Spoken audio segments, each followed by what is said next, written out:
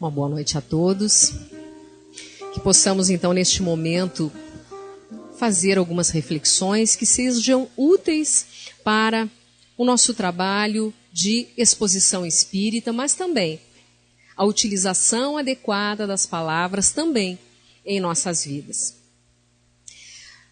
Será que as palavras, elas têm força?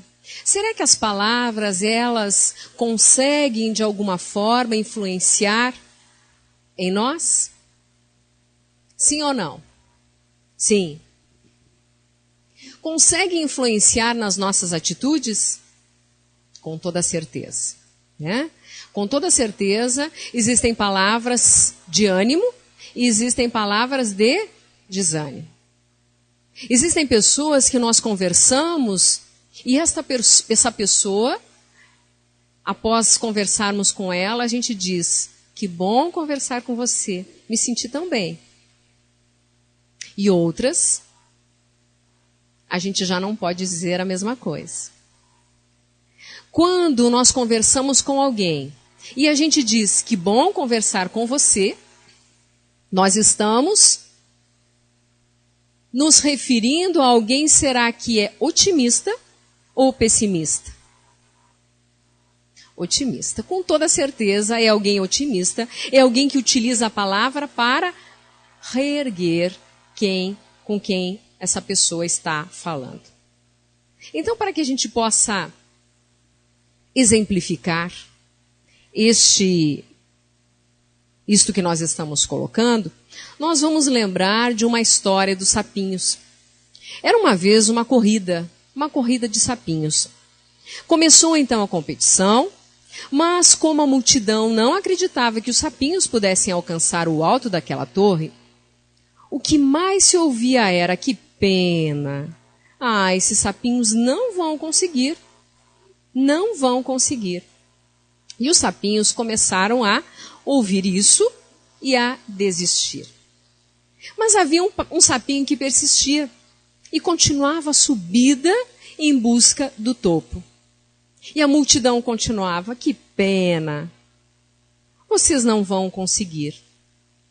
E assim foi, até que só sobrou o menor sapinho, esse que estava com aquela determinação firme de chegar ao topo daquela montanha. E por incrível que pareça, este sapinho pequeno foi o único que chegou lá. Então foram entrevistar o sapinho. Como que, apesar de toda essa torcida contra, ele tinha conseguido chegar lá. Sabe o que eles descobriram? Que o sapinho era surdo. Por isso ele não se influenciou por aquilo que estavam falando a respeito dele, ou deles, né? Que eles não iriam conseguir. Então as palavras podem nos motivar ou nos desmotivar. Às vezes alguém chega com uma ideia e diz: eu tenho uma ideia X, isso eu acho que será bom. E sem nem analisar, às vezes com tranquilidade, aquela ideia, a pessoa já diz: não, mas sempre deu certo assim. Deixa assim, para que mudar aquilo que está bom? É que às vezes a mudança pode tornar aquilo que está bom, pode tornar ótimo. Só que tem pessoas que já são mais resistentes. E aí é um balde de água fria naquela pessoa que está cheia de ânimo, cheia de vontade, cheia de entusiasmo para trabalhar. Certa vez, um orador, ele estava falando sobre o pensamento positivo, a força das palavras, o poder das palavras, e o participante levanta a mão e diz o seguinte: não é porque eu vou dizer felicidade, felicidade, felicidade, que me sentirei melhor. E não é porque eu vou dizer desgraça, desgraça, desgraça, que irei me sentir menos bem. Não são mais as palavras são isso mesmo, sem poder. Isso disse então o ouvinte, aquela pessoa que estava na plateia. E naquele momento, o orador agiu de determinada forma. Ele disse: cale-se, seu idiota. É incapaz de compreender o que quer que seja.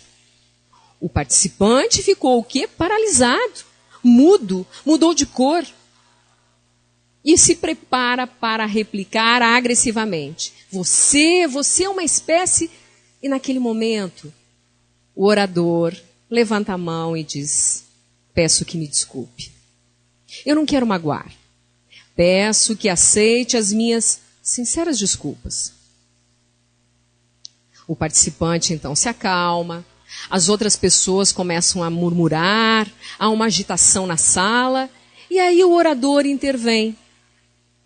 Tem a resposta à questão que puseram. Algumas palavras desencadeiam dentro de você raiva e cólera. Outras acalmam. Compreendem agora o poder das palavras? Então, o orador agiu de uma forma agressiva para ver que aquelas palavras agressivas dele geraram o quê no ouvinte? Raiva, cólera. E depois, quando ele pediu desculpas, gerou o quê? Novamente a calma.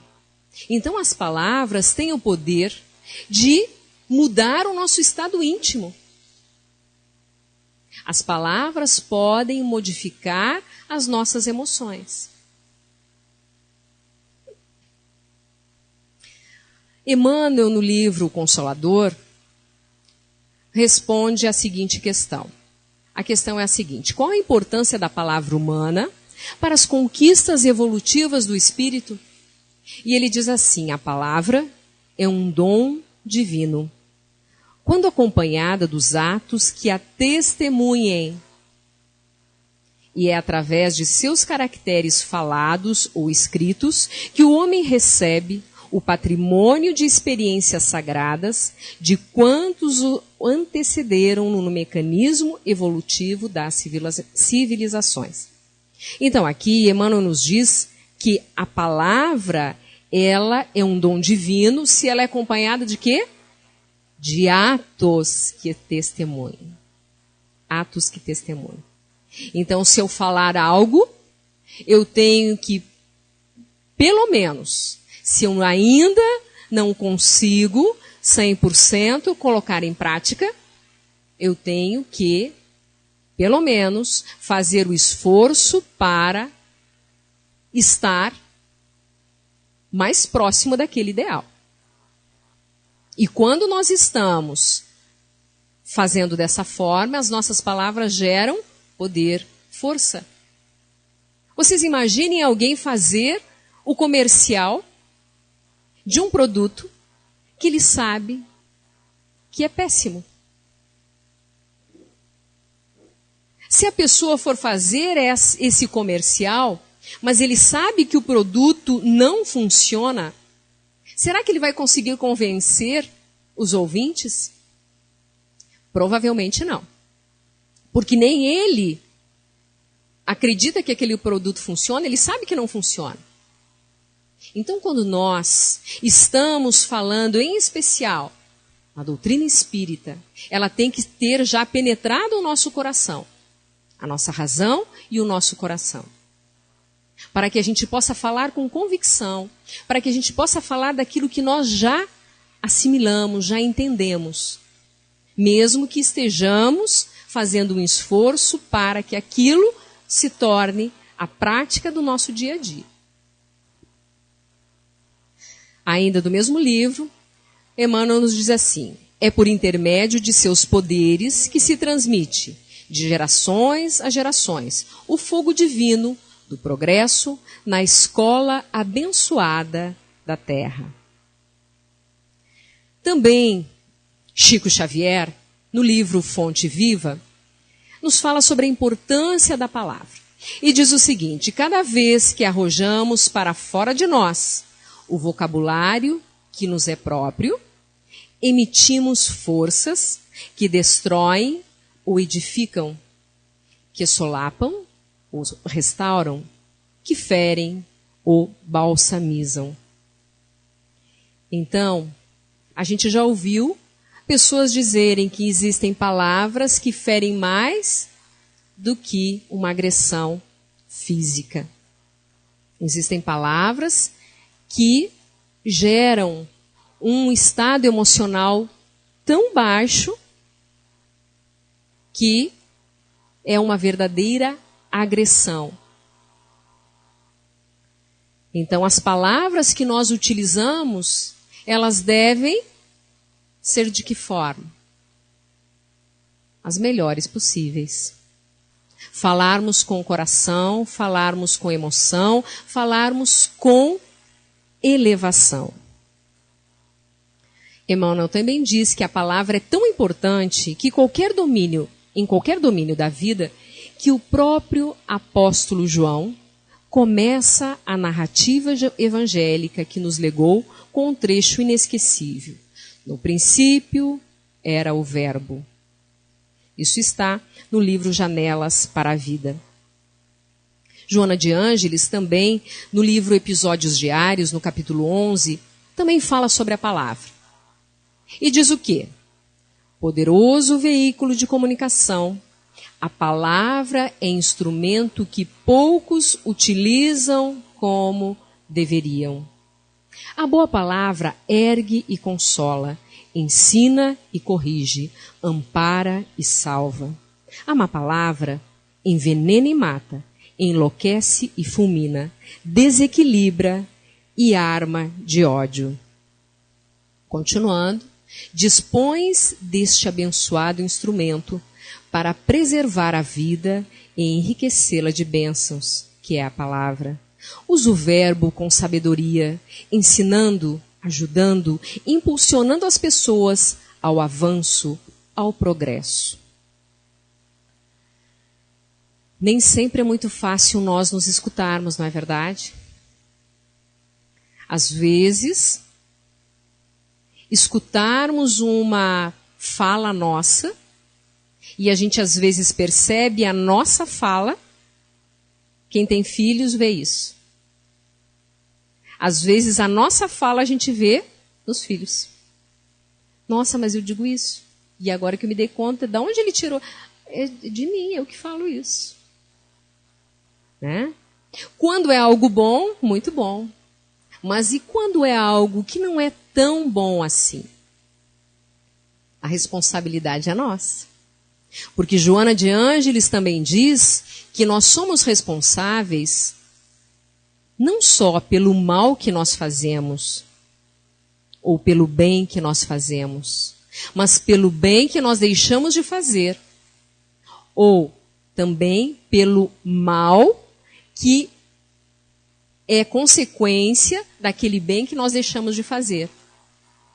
E no momento que eu deixei de fazer o bem, alguém agiu mal, esse mal também é responsabilidade minha. Muitos de vocês conhecem a história que está no livro do Richard Simonetti, Rindo e Refletindo com Chico Xavier, da história O Poder Fluídico das Palavras. Essa história conta o seguinte: um determinado dia, Chico estava atrasado e estava caminhando com uma certa rapidez. Nisso ele passa em frente à residência da Dona Alice. E a Dona Alice disse: Chico, eu estou lhe esperando para fazer uma pergunta, eu preciso tirar uma dúvida com você. Essa senhora, ela era frequentadora do centro espírita em que Chico também trabalhava. Então, Chico olhou para ela e disse: minha irmã, eu estou com pressa, depois eu converso com a senhora. E deu alguns passos.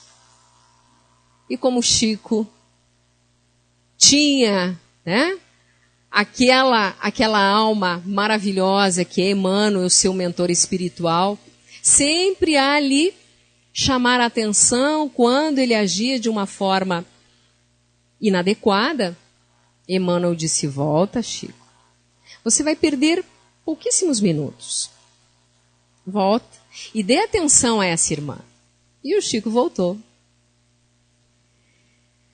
Quando ele voltou, ela disse: eu sabia que você ia voltar, Chico. E perguntou a ele como é que era para ela tomar o remédio homeopático que ele havia recebido de forma, né, através da psicografia, de Dr. Bezerra de Menezes. Ela não tinha entendido de que forma ela deveria tomar o remédio. Então ele explicou, foram realmente poucos minutos, e quando, então, ele se despediu dela e saiu, Emmanuel disse: Chico, olhe para trás. E a dona Alice estava dizendo: vá com Deus, Chico, vá com Deus. E ele viu as vibrações de amor sendo transmitidas a ele. Uma corrente fluídica muito intensa que estava sendo direcionada para Chico. E Emmanuel completa: veja, Chico, ela está dizendo: vá com Deus. Imagina se ela diz: vá com o diabo, porque você não a atendeu. Que tipo de vibrações você estaria se envolvendo? Então, as nossas palavras, elas podem estar envoltas de vibrações harmoniosas, de paz, amor, luz, magnetismo. Também, no livro Respostas da Vida, no capítulo 17, André Luiz diz o seguinte: a palavra é um fio de sons carregados por nossos sentimentos. Em razão disso, aquilo que sentimos é um redemoinho vibratório que nos conduzirá a palavra ao lugar certo que nos propomos atingir. Quando falamos, cada qual de nós apresenta o próprio retrato espiritual passado a limpo. Quando nós falamos, nós apresentamos o nosso retrato espiritual passado a limpo. E aí, nós, novamente, chamamos a atenção para todos nós. Que retrato nós estamos mostrando ao mundo, às pessoas, aos nossos familiares, ou aqueles que nos assistem quando estamos falando numa casa espírita. Que retrato é esse que nós estamos mostrando? Eliseu Regonati diz que é preciso que nós nos recordemos que constantemente irradiamos fluidos, os quais são criados e dirigidos pelo nosso pensamento. Então, nós estamos constantemente irradiando esses fluidos.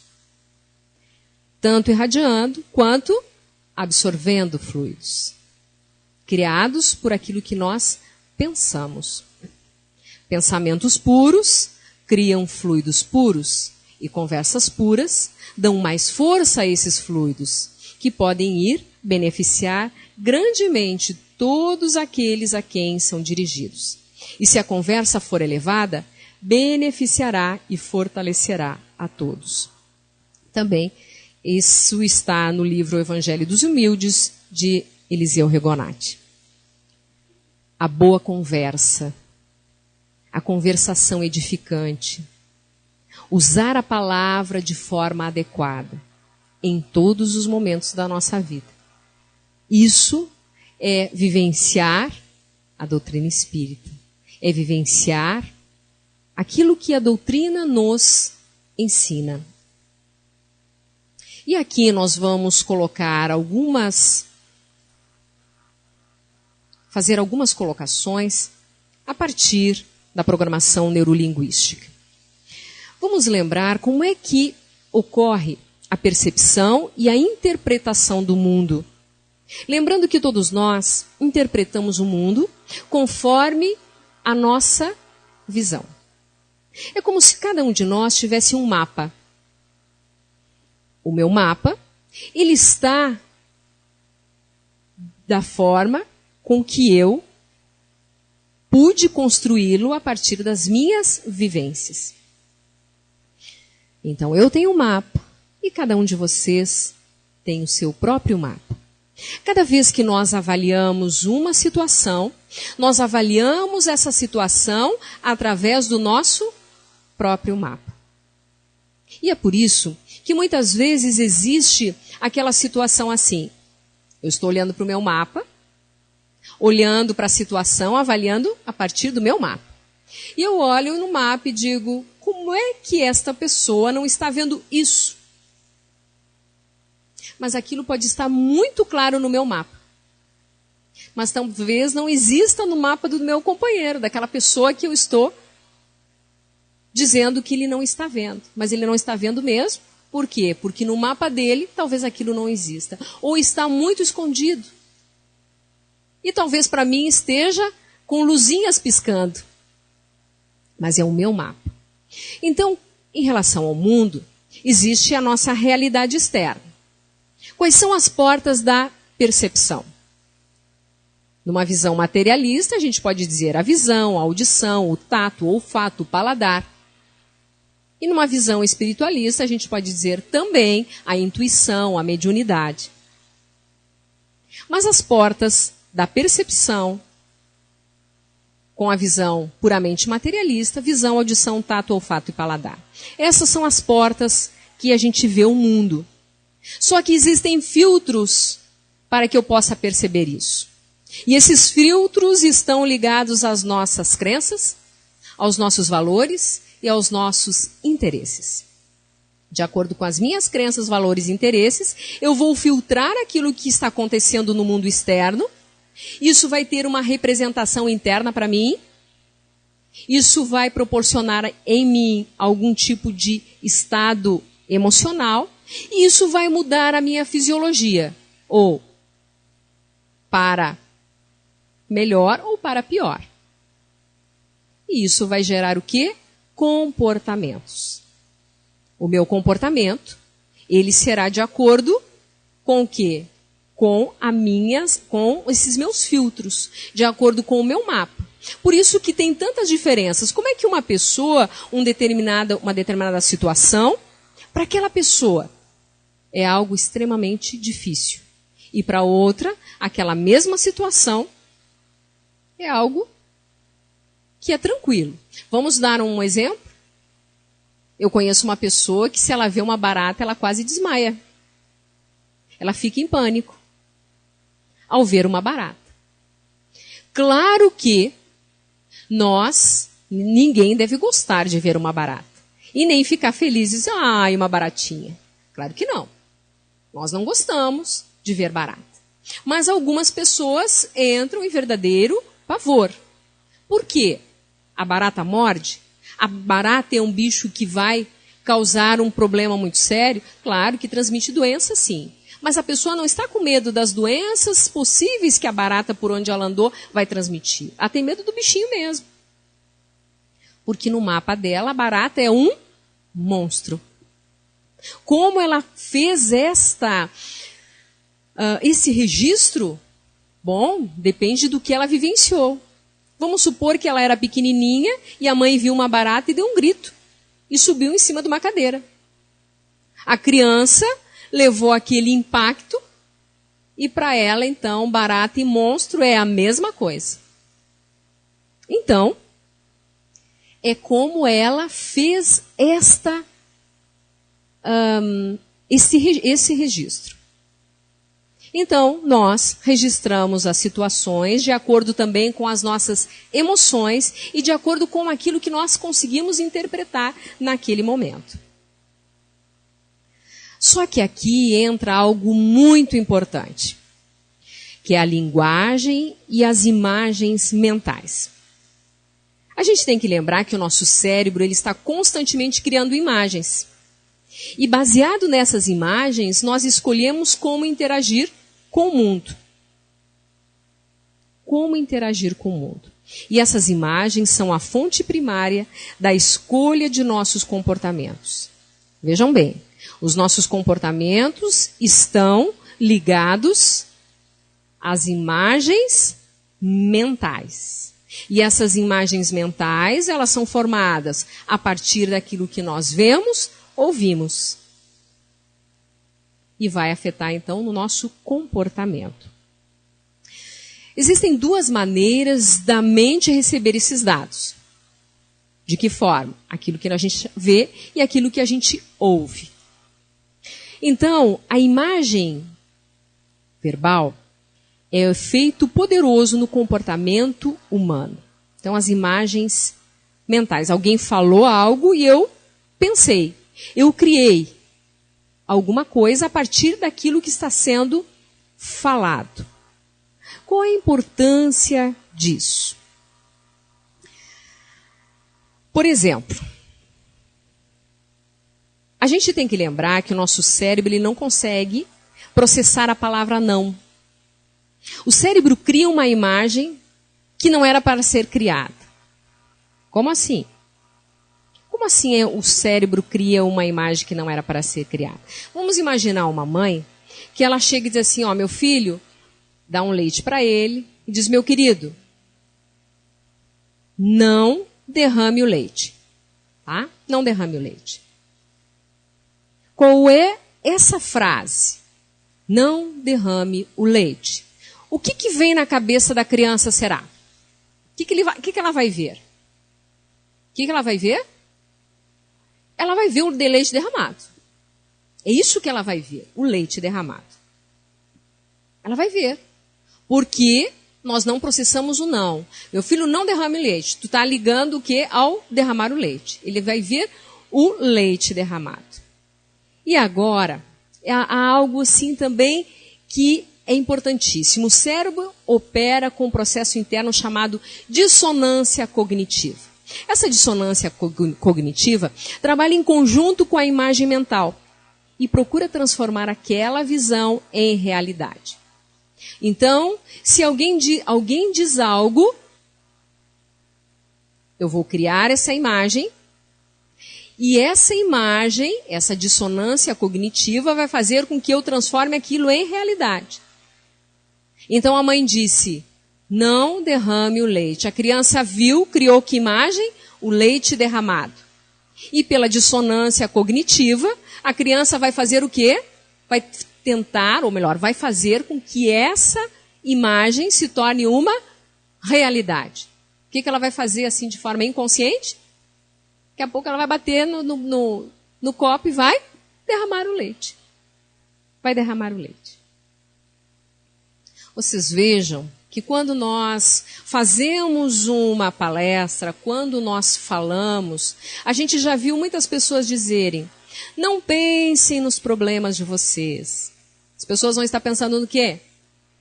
Agora, né? Esqueçam aqui o trabalho. A pessoa vai pensar no quê? Esqueçam as dificuldades. A pessoa vai pensar no quê?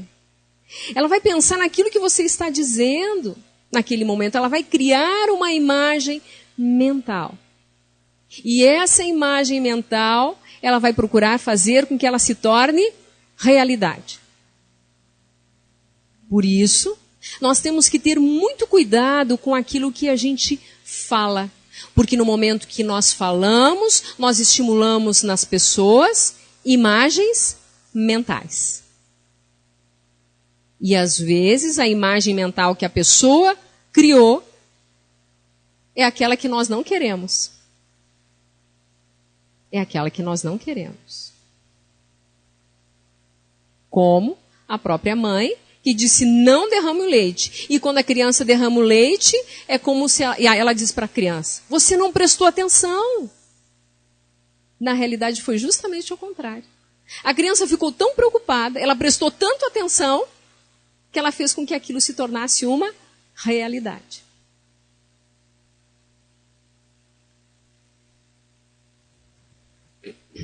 Imagens mentais positivas são a meta de quem está escolhendo palavras para comunicar uma ideia de maneira correta. Então, quando nós queremos atingir aqueles que nos ouvem, nós temos que criar imagens mentais positivas. Concordam? Usando, então, palavras positivas. Vamos imaginar aqui, um professor diz assim, não cometa erros ou você não passará no teste. que o professor está dizendo aí? Ele está chamando a atenção para quê? Para que ele está chamando a atenção? Não cometa erros ou você não passará no teste. O que o professor está dizendo? Ele está chamando a atenção para o quê? Vocês podem falar, tá? Isso. Para o quê? Para o erro e para o não passar, para o rodar, não é isso? É isso que ele está dizendo. Vamos transformar as frases em imagens mentais positivas? Não olhe para lá. Como é que ficaria essa frase? Oi? Olhe para cá. Tente não se atrasar. Como que seria uma frase positiva? Chegue no horário. Tá? Seja cuidadoso, não torça o tornozelo. Como é que fica? Tenha cuidado, seja cuidadoso, né? Se você sair sem o casaco, ficará doente. Sim, mas como é que a gente deve falar? Olha que está dizendo, se você sair sem o casaco, ficará doente. Use o casaco, leve o casaco.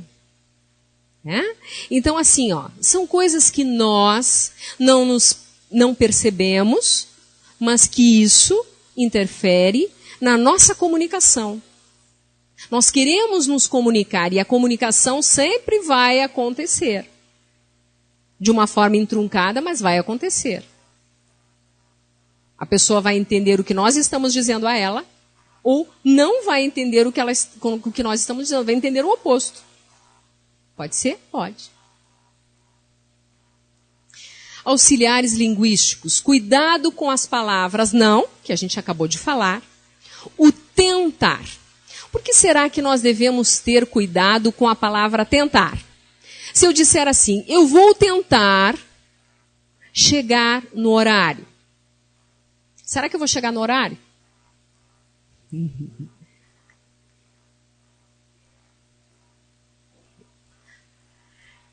Existe um pressuposto de falha, né? Eu estou admitindo a falha. Olha, eu vou tentar. E se tentar, dá a sensação de que é bem provável que eu vá falhar. Então, quando a gente diz tentar, a gente já está aceitando a possibilidade da falha. Devo, tenho que, preciso. Por que a gente deve evitar essas colocações? Eu devo, eu tenho, eu preciso, eu tenho que fazer a minha reforma íntima, eu preciso fazer a minha reforma íntima.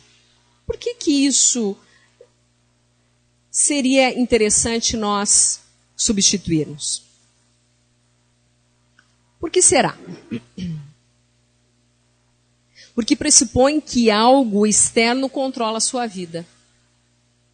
É diferente quando eu digo eu quero, eu vou, eu decido. Uma coisa é eu tenho que emagrecer. Outra coisa é eu quero emagrecer. Eu posso ter que emagrecer e não fazer nada, né? Eu tenho. Eu tenho que parar de comer doce. Não, eu quero parar de comer doce para que eu possa emagrecer. Isso faz a diferença, faz toda a diferença para o nosso cérebro. Parece que é a mesma coisa, mas não é.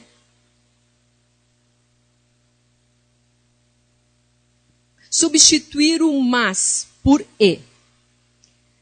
Por que o mas é complicado? Porque quando a gente diz, o Pedro é um ótimo aluno, mas... O que o mas dá a entender? Dá a impressão que eu estou tirando tudo aquilo que eu estou dizendo, que ele é um bom aluno, mas eu vou dizer alguma coisa, né? Então, o mas nega tudo que vem antes. Eu poderia dizer, olha, o Pedro é um bom aluno. E ele, aí eu vou dizer se é uma situação de dificuldade, ele precisa melhorar nesse aspecto. No aspecto da organização. Mas se eu disser, Pedro é um bom aluno, mas é desorganizado, é como se eu estivesse negando que ele é um bom aluno. E fica o desorganizado. O desorganizado ganha uma força que não deveria. Substitua o se por quando. Por exemplo, se eu conseguir ganhar dinheiro, mais dinheiro, eu vou viajar. O se é algo, se eu conseguir eu vou, se não, não. Fica diferente se eu disser assim, quando eu ganhar mais dinheiro, quando eu conseguir juntar mais dinheiro, eu vou viajar? É diferente? Quando eu tiver mais dinheiro, eu vou viajar. É algo que eu estou afirmando. Quando acontecer isso, eu vou viajar. Pronto. Agora, se eu tiver tempo, não vou fazer nunca. Não vou fazer nunca. Substitua o espero por eu sei. Por quê? Também é a mesma coisa. Em vez de falar, eu espero aprender isso, fale, eu sei que eu vou aprender isso. Eu sei que eu vou aprender. Posso levar um pouco mais de tempo, mas eu vou aprender. Agora, eu espero parece que é algo que não sei se eu vou conseguir mesmo. Substitua o condicional pelo presente. Por exemplo, a gente diz muito, né? Eu gostaria de agradecer a presença de todos vocês. Por que gostaria? Não quer? Agradeço a presença de todos vocês. Gostaria, parece que antes eu queria, que agora eu não quero mais. Então, devemos trocar o condicional pelo presente. Eu quero agradecer a presença de todos vocês. Não é possível não se comunicar. A falta de uma resposta já é uma resposta. Em uma comunicação harmoniosa, um procura respeitar o modelo de mundo do outro. O que eu falei antes, o mapa. Eu respeitar o mapa do outro. O mapa do outro eu preciso respeitar. O outro entende de outra forma, de outro jeito. E eu preciso, se eu quiser ajudar o outro, eu preciso me aproximar do outro e ver o que tem no mapa dele. Para que eu possa, então, ajudá-lo de alguma forma. Quando alguém se encontra em dissonância com suas próprias convicções, a comunicação torna-se incongruente. E isso pode ser lido pelo outro quando observa a linguagem não verbal do seu interlocutor. O que é a linguagem não verbal? É aquilo que a gente não fala, mas o nosso corpo fala. De alguma forma, eu vou expressar que eu estou incongruente com a minha fala. O outro vai ler. Vai fazer essa leitura. Então, nós temos que nos darmos conta que tudo aquilo que nós falamos tem que ter uma congruência com aquilo que nós realmente acreditamos. Porque por mais que eu fale algo, se eu estiver não concordando com aquilo, será lido de uma forma não verbal. A pessoa vai perceber, é o seu inconsciente, é o seu cérebro que vai perceber aquilo que está no íntimo.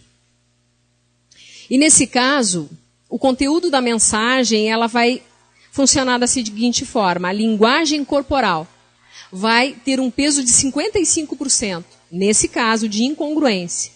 O tom de voz vai concorrer com 38%. E apenas 7% vai ser o que a pessoa realmente está falando. Porque a pessoa está incongruente. Agora, de forma geral, a partir da visão, 40% daquilo que nós vemos, nós assimilamos. E pelos outros sentidos, mais 15% cada um. 15% do olfato, 15% da audição, 15% e assim por diante. Mas nesse caso, a linguagem corporal vai falar mais alto. Linguagem corporal. É como se eu chegasse e dissesse assim, vocês têm que entender que é importante a gente ter uma postura frente à vida. A vida é maravilhosa. Eu convenci alguém? Não. A minha postura corporal mostra que eu não estou acreditando no que eu estou falando. A vida é maravilhosa.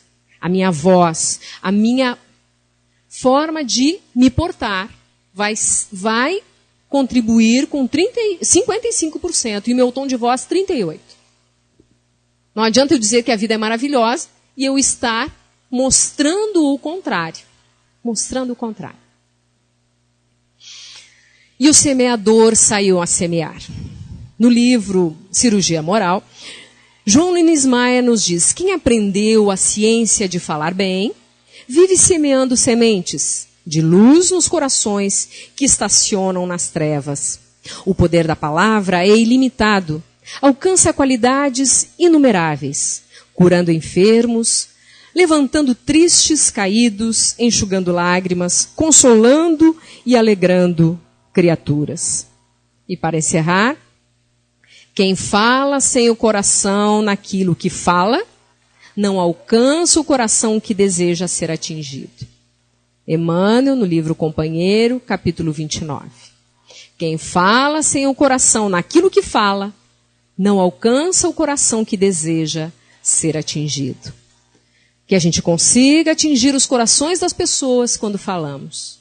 Falando de forma verdadeira, falando de forma clara, falando de forma a criar imagens positivas, falando de forma a consolar, falando de forma a estimular o melhor daquele indivíduo que está ali a escutar as nossas palavras. Se assim fizermos, com certeza, poderemos ser chamados de semeadores, semeadores do bem, da paz, do consolo, da harmonia e do amor.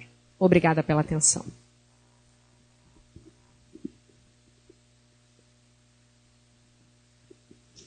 Agradecemos a